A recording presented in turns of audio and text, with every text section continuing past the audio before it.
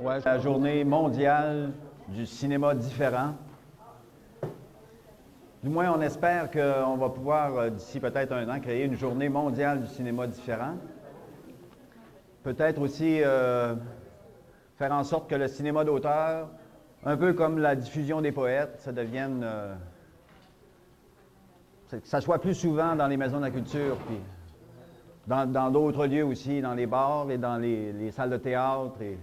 faire en sorte de rentrer le cinéma québécois, le cinéma d'auteur, dans toutes sortes de lieux différents qui ne sont pas les salles industrielles qui diffusent le cinéma hollywoodien. Puis... Le cinéma auquel nous sommes attachés a pour point commun d'être peu conforme aux normes du cinéma commercial. Il se veut un cinéma qui, libéré des contraintes commerciales et des pressions idéologiques, refuse de s'aligner sur les stéréotypes. Nous voulons conquérir la liberté de nous engager dans des voies de recherche qui nous sont personnelles ou collectives, persuadés que le progrès artistique et culturel ne peut s'accomplir que dans la plus large confrontation des sensibilités et des genres. Nous revendiquons le droit de mettre en œuvre des modes de production et de diffusion adéquats à ce que chaque cinéaste ou chaque collectif veut exprimer.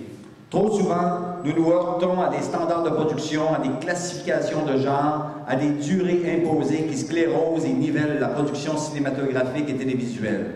Quand nous voulons faire aboutir nos projets, nous nous heurtons à l'incompétence des jurys et des fonctionnaires qui sélectionnent les scénarios en fonction des critères aliénés aux normes commerciales,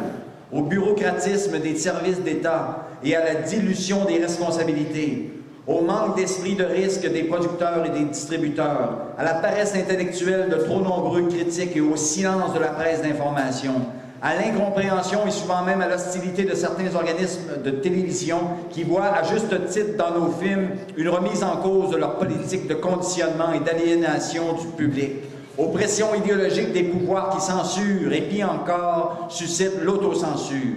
Nous dénonçons la domination des puissances financières, des sociétés multinationales sur les circuits de production et de distribution, incompatibles avec la liberté d'expression, le renouveau et la rencontre des cultures.